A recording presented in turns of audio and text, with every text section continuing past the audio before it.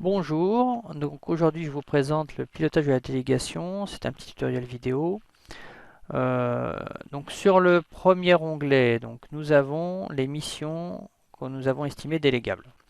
Là c'est chaque manager qui définit ses missions délégables au sein de son équipe. Vous pourrez aussi voir les guides qui nous aident à trouver quelles sont les missions délégables dans nos équipes. Tout de suite après on y met la complexité de la mission qui va être définie en fait par l'ensemble des compétences clés nécessaires pour la mission. Donc dans les compétences clés, c'est pas exhaustif, on a une petite légende là qu'on utilise, c'est un exemple, hein. Donc on a mis des compétences style rigueur, organisation, mais aussi des compétences fonctionnelles techniques. On peut aller beaucoup plus en détail, bien entendu, en fonction de ce que vous avez envie de répertorier ou pas. Voilà. Et puis derrière, on y met un niveau, donc soit non nécessaire, soit juste des notions nécessaires, soit maîtrisées ou confirmées. Et donc on remplit comme ça les missions et ainsi ça nous donne une idée de ce qui est nécessaire en termes de compétences clés pour pouvoir déléguer la mission. Alors on passe maintenant au deuxième onglet, l'onglet Mon équipe. Là nous étions sur l'onglet Les missions. Dans l'onglet Mon équipe, on va retrouver l'ensemble de notre équipe ici, sous forme de trigramme. Vous y mettez ce que vous voulez, hein. Vous mettez les prénoms, les noms, etc. L'idée c'est de vous y retrouver. Donc ici nous avons les trigrammes de l'équipe et ici nous avons les compétences clés. Voilà qu'on le retrouve et on les a répertoriées donc par trimestre. Voilà. Ici l'idée c'est de suivre. Donc on a toujours la petite légende, hein, je le rappelle sur la droite, hein, vous récupérez la légende que vous aviez sur le premier onglet.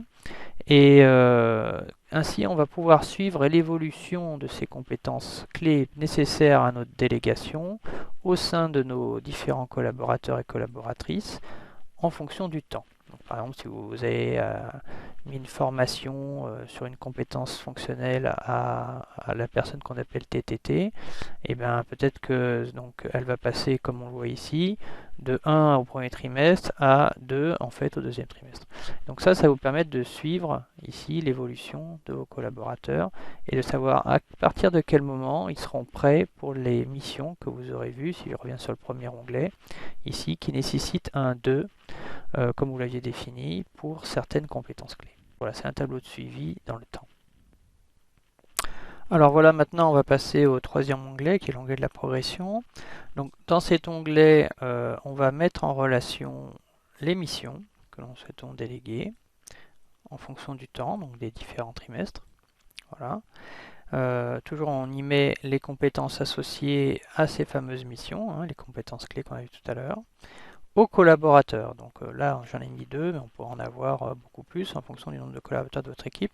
Vous pouvez aussi suivre uniquement dans ce fichier, et c'est voulu, hein, uniquement les collaborateurs sur lesquels vous comptez déléguer des missions. Voilà. Ici, on a rajouté 2 colonnes, qu'on voit là, qui sont des colonnes qui vont nous permettre de factualiser un petit peu notre délégation. Alors, de 4 colonnes plus exactement.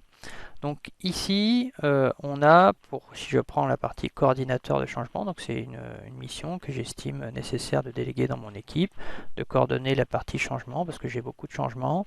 Ça me prend aujourd'hui 2 jours par semaine. Alors ça, l'estimation, soit vous la faites avec des abacs que vous avez, soit tout simplement vous la prenez dans votre plan de charge et vous regardez sur l'année ou sur l'année précédente, ou sur les différentes années que vous avez fait, combien de temps ça vous prend. Donc là, on a estimé que ça prenait 2 jours par semaine et que si je le faisais faire, eh ben, j'aurais un gain de 90%, soit ça ne me prendrait plus que 0,2 pour les tâches résiduelles à mener au niveau de la coordination des changements. Ce qui me ferait un gain par an effectivement intéressant près d'une centaine de jours que je peux m'occuper à bien d'autres choses. Voilà. Donc là-dessus, je regarde les différentes compétences de mes collaborateurs et je vois que si je dois les comparer finalement aux compétences clés, qu'on n'y est pas encore. Voilà. Alors sur OOO, pas du tout. Sur TTT, on y est presque.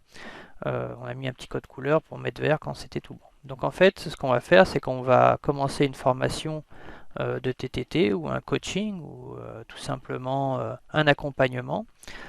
Et on peut voir ça défini sur les 2 graphiques que j'ai fait là. J'en ai fait que 2, hein, parce que je me suis concentré sur un exemple.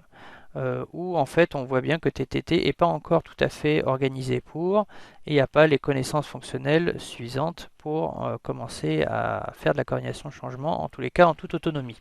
Voilà.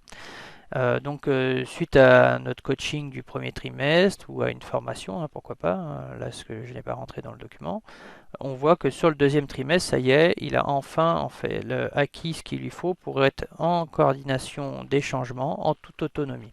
Et donc là, on peut voir en fait que j'ai mis que réellement, ce que je pensais être un gain de 0,2, finalement c'était un gain de une journée. Voilà, donc ça c'est un exemple hein, toujours, hein, parce que j'ai remarqué, alors c'est toujours un exemple, hein, que pour la validation, il n'y a que peut-être que moi qui peux valider, et donc finalement ça reste quand même à ma charge. Mais toute la relecture, feuille de route, etc., ou d'autres choses, peut être totalement déléguée, et donc finalement j'ai quand même un gain de 50%.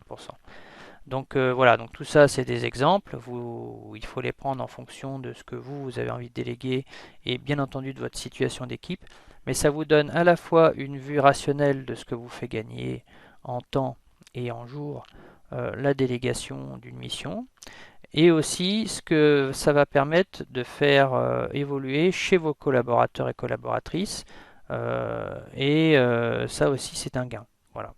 Donc on y a aussi mis la légende comme tout à l'heure. Et voilà. Donc je vous remercie de m'avoir écouté.